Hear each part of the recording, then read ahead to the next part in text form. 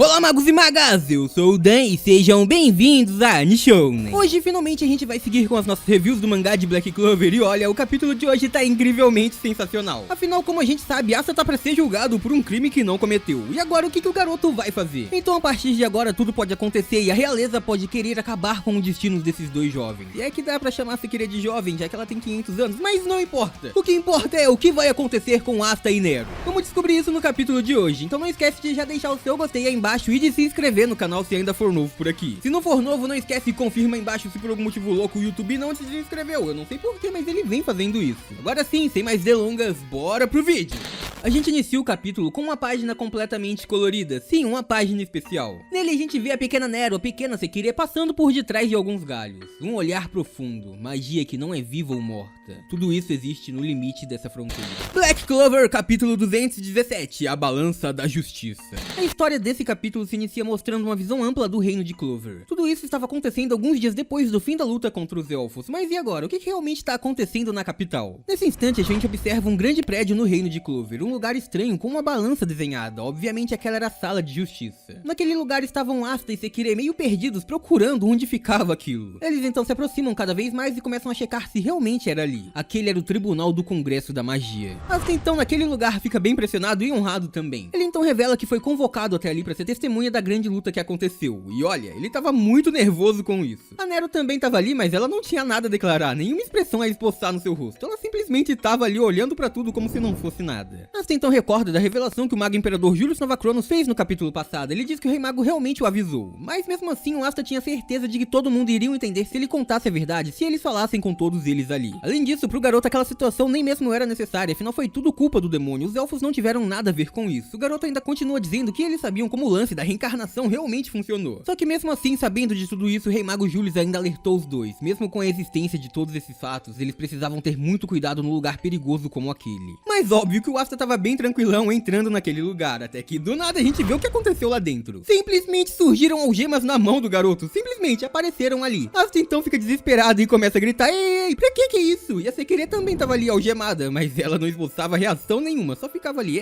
aconteceu. Nesse instante a gente vê mais de perto todo o Congresso Mágico. Asta e Sekirê realmente estavam ali pra serem julgados e não pra testemunhar. Haviam muitas pessoas da nobreza e da realeza também presentes ali, observando tudo o que estava acontecendo. Os dois realmente estavam numa situação bem ruim naquele instante. Todos os nobres observavam enquanto aqueles dois estavam completamente chocados com o que estava acontecendo. E novamente ali, naquele lugar, a gente vê o símbolo das balanças na parede. Nesse instante, todos os membros da realeza e da nobreza que estavam ali começam a discutir sobre o que estava acontecendo e também sobre a situação daqueles dois. E é então que a gente vê uma voz apresentando alguém. Anunciamos agora a figura central dos poderes legislativos e judiciários do reino de Clover, o presidente do Congresso Mágico. E então a gente realmente vê um homem se aproximando dali. Nesse instante, seu nome é pronunciado, Danatio Kira. O homem que subjugou facilmente vários nobres no capítulo passado estava ali novamente, agora parado para encarar Asta e Sekirê. Ele realmente, como já havia anunciado, iria fazer sua justiça contra o demônio. Enquanto se aproximava calmamente, ele começava a dizer: agora vamos começar o julgamento do réu, Asta, membro do Esquadrão dos Touros Negros. E o Asta então fica mais desesperado do que já tava. Afinal, o quê? Por que estão tratando ele como criminoso assim, do nada? E a Sekirê agora sim esboçou alguma reação, mas não foi pra ajudar o Asta ou algo assim. Ela fica surpresa enquanto diz: nossa, hein, eles realmente colocaram tudo nas suas costas, hein? Aconteceu mesmo. Essas palavras com certeza não acalmaram o Asta, que estava completamente desesperado ali, né? Logo após isso, então, a gente vê o rei, Augustus Kira. Ele estava ali balançando seu bigodinho enquanto dizia: nossa, como eu pensava, esse moleque realmente tinha jeito mesmo. Meus olhos de rei nunca me enganaram. Logo após isso, ele ainda continua dizendo que deixar o Asta ser membro dos Cavaleiros Mágicos foi uma decisão terrível. E tudo isso com certeza veio pelo fato dele ser um plebeu e também dele não ter mana. Afinal, como a gente sabe, o reino de Clover acaba dando muita atenção pra esses tipos de coisas. Eles se impressionam muito com a magia e também com o status social. Pra eles, nobres são superiores, e isso porque possuem muita mana. E o Asta, que não possuía nenhuma e ainda veio da vila de Ag, pro rei não prestava pra nada. Enquanto o rei fazia esse seu discurso terrível, aquelas balanças ainda estavam ali. Desta vez agora não estava julgando mais os nobres, mas sim o Asta. Essa seria a balança que definiria o seu destino. Danatio então começa a se aproximar devagar, andando calmamente enquanto lia um papel. Em sua mão esquerda ele segurava sua balança mágica e a gente também conseguia ver o seu grimório. Aquele grimório não possuía trevos de 3, 4, 5 folhas ou qualquer tipo delas. Na verdade, aquele grimório não possuía trevo nenhum. Estampado em sua capa, a gente viu uma balança igual a que ele estava segurando. Nesse momento ele começa a dizer: Asta dos Touros Negros, vindo de uma igreja na vila de Ag, região esquecida. Um órfão sem uma única gota de poder mágico. Nesse momento, Asta estava ali aceitando aguardando seu julgamento e esperando pra ver o que realmente ia acontecer ali. Ele estava parado, calmamente escutando o que Danmacho estava dizendo, mas enquanto isso, os nobres tinham um discurso tão terrível contra o rei. Eles se perguntavam, aquele garoto é um órfão da região esquecida, ora, um plebeu imundo, não é? O que ele está fazendo no nosso reino? A gente via a cara de horror de todas aquelas pessoas simplesmente pelo Asta estar ali. Eles ignoraram tudo que ele lutou pra chegar até aquela posição, ignorou a vida de todos que ele salvou, ignorou o que ele fez pelo reino. Asta foi a salvação contra o demônio, mesmo assim ninguém se importava com isso agora. Mas é claro que não foi apenas Asta que sofreu na mão deles, os nobres começaram a gritar, ei, e a jovem moça parada ali? Dannacho então começa a prestar atenção nela e nota algo em Sekirei. Ele pergunta, o que são aquilo? Chifres? Você realmente possui isso? E a garota estava ali parada, olhando sem dizer nada. Sekirei estava ali sem mesmo se mover, enquanto apresentava em seu olhar uma expressão meio triste. Dannacho então continuava dizendo que este era um registro de nascimento tenebroso em todo esse reino. Aqueles chifres eram a prova de Sekirei ter realizado a magia proibida, e isso seria imperdoável. Mas Dannacho não simplesmente julgou aqueles dois, mas aparentemente ouviu o que eles tinham a dizer também. Ele, enquanto se aproximava mais dos dois, começava a dizer que aqueles em sua frente haviam alegado que o recente desastre que caiu sobre todo o reino de Clover foi obra de um demônio. Esse demônio havia manipulado vários cavaleiros mágicos do reino. Toda a nobreza ali fica em silêncio por algum tempo enquanto ouvia essa afirmação, e o Asta então começou a gritar, óbvio, era o Asta. Ele concorda com Dannacho dizendo, isso mesmo, foi o demônio que possui as pessoas, a gente não tem nada a ver com isso. E o reino, toda a realeza começa a se perguntar, um demônio? A gente pode mesmo confiar nas palavras de um plebeu, o que ele poderia saber sobre o mundo? Eles diziam que pela forma vulgar do Asta falar, provavelmente ele era um cavaleiro mágico, mas um membro dos touros negros. Não só isso, eles olhavam pra Sekirei enquanto diziam que esses chifres eram a prova do demônio, a prova de que ela estava ao seu lado. Sekirei então, olhando todas aquelas pessoas, começava a pensar que apesar de todo o trabalho do Mago Imperador Julius Nova Cronos, ainda existia muita discriminação e preconceito no reino. O preconceito daquelas pessoas estava passando totalmente por cima do que o Asta tentava dizer. E aqui estavam eles, todos que ele salvou contra ele, tentando julgar. A gente viu Dannacho descendo as escadas e se aproximando cada vez mais dos dois. Ele agora estava frente a frente do Asta que estava gritando, me escuta, por favor. E então Dannacho começa a dizer, este julgamento agora está prestes a começar. E nesse instante ele se aproxima muito de Asta, ele vai em seu ouvido e conta um segredo. Ou você vai ser julgado como um demônio, garoto, ou os cavaleiros mágicos assumirão toda a responsabilidade. É você ou são eles. Nesse momento a gente vê a balança do julgamento completamente desequilibrada, enquanto aquele homem continua falando, e você parece que não é do tipo que entrega as pessoas, não é? Sua própria natureza é mostrada pela passagem simples, franca e fácil de lidar. Um ínfimo plebeu ou aqueles que defendem a nação, é muito óbvio pra qual lado a balança vai pesar. Obviamente a justiça estará ao lado dos cavaleiros mágicos, enquanto o demônio... Então simplesmente adiante as coisas pra mim. Diga agora onde o demônio de que tanto fala está. Assim então começa a gritar, o que a gente já tá acostumado. Ele começa a dizer que, como ele mesmo já disse, eles haviam acabado com o demônio. E isso tudo foi graças a Nero, que trabalhou sempre, sem parar durante vários anos pra conseguir salvar o reino. Ela acima de tudo não merecia estar ali sendo julgado. O Asta não tava nem mesmo pensando em sua própria situação, ele queria salvar a Nero primeiro. Dannacho então estava calmo e ele mostrava ódio àqueles dois, enquanto continuava dizendo, o povo está duvidando dessas suas alegações sobre a existência de um demônio. Você tem alguma prova pra mostrar sua existência? E o Asta então começa a dizer, não, mas o meu grimório tem um demônio diferente. Nesse momento a Sekirei vai o mais rápido possível pra tapar a boca desse tagarela. Olha o Asta querendo falar demais de novo. Ele estava prestes a revelar o seu maior segredo, algo que poderia poupar a sua vida nesse momento. Dannacho então muda de assunto, ele calmamente diz que se realmente existe um demônio, então ele não tem escolha a não ser julgar todos os outros demônios também. E o Asta fica um pouco confuso com toda essa situação, afinal aparentemente ele não estava falando dele, da Sekirei. Aquele homem então começa a olhar calmamente pro lado enquanto dizia, venha logo. Uma pessoa estava se aproximando calmamente e completamente assustada, e é então que a gente via quem estava ali. Mary, a irmãzinha do Gauch, havia sido pega pelos cavaleiros mágicos. Ela foi uma das poucas pessoas que foram transformadas em elfos e não era parte dos cavaleiros reais do reino de Clover. A nobreza então tentaria usar a garotinha como um outro bode expiatório também. Nesse momento, Asta e a Sekirei ficam desesperados, os dois começam a gritar, Mary, o que você faz aqui? E ela então, completamente acorrentada, começa a caminhar sem saber o que estava acontecendo ali. A garotinha chama o nome do Asta, mas ele não poderia fazer nada nessa situação, e não só isso. A gente via que o local onde ela estava era completamente diferente de onde Asta e Sekirei estavam juntos. Aquele era um stand de execução. Dannacho então aponta pra pequena Mary enquanto continua dizendo, a jovem ali se chama Mary Adelaide. Ele falava sobre a vida da garota como se não fosse nada, e ela continuava ali sem saber o que estava acontecendo, assustada, observando todos aqueles nobres. O homem então continua dizendo que no desastre recente foi provado que ela feriu diretamente cidadãos e cavaleiros mágicos do reino de Clover com a sua magia de olho. O motivo foi provavelmente um ressentimento contra o próprio reino. Ela odiava a todos e por isso quis o atacar, e a nobreza realmente estava acreditando nisso. Eles com certeza não a perdoariam, afinal ela não era da nobreza, não era da realeza. Pra eles a garotinha era apenas uma órfã e eles não ligariam para o que acontecesse com ela. O Asta então fica desesperado, gritando e perguntando o que ele estava dizendo. Ela nunca quis fazer nada daquilo, a Mary nunca faria mal pra ninguém. E então Dannacho, com um rosto assustador, começa a olhar o garoto dizendo, entendi. Se o demônio realmente existe, então foi ele que manipulou ela, não é? Mas então se você não puder provar, a gente vai ter que julgar o verdadeiro verdadeiro culpado pelo crime, ou seja, aquele que está na minha frente. Ela será julgada pelas suas ações em nome da justiça.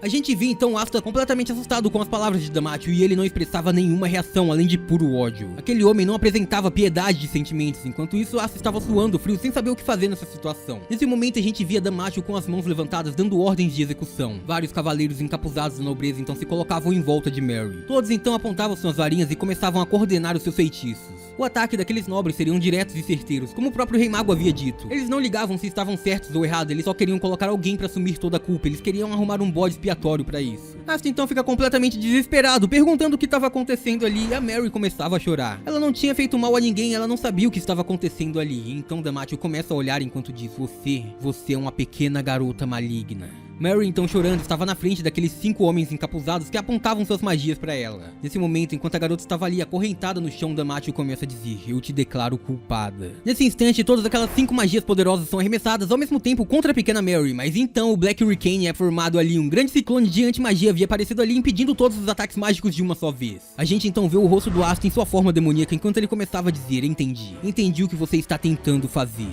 Todos os nobres, a realeza ali, começam a olhar pro Asta aterrorizados enquanto gritavam: essa forma esse garoto realmente é. Asta então estava transformado e usando todo o seu poder da antimagia enquanto dizia: eu não gosto nada dessa sua justiça maldita. Ele segurava Mary em seu colo, ele havia conseguido salvar a garota em alta velocidade, impedindo todos aqueles ataques mágicos, impedindo aquele julgamento e aquela execução. Nesse momento então a gente percebe que tudo isso era um plano de Damacio. Ele olha pra Asta por cima e começa a dizer: eu não dou ouvidos a demônios como você. Tudo isso era planejado para que Asta se transformasse ali. O demônio agora retorna e uma luta começa. Quem é o verdadeiro demônio nessa situação? E a gente vai saber tudo o que vai acontecer no próximo capítulo de Black Clover, no próximo capítulo de Black Clover. E eu espero muito contar com o apoio de vocês na review do canal também, fechou? E por hoje é isso, muito obrigado por terem assistido até aqui, eu espero muito de coração que todos vocês tenham curtido. Eu vejo todos vocês no próximo vídeo, até lá um grande abraço e tchau!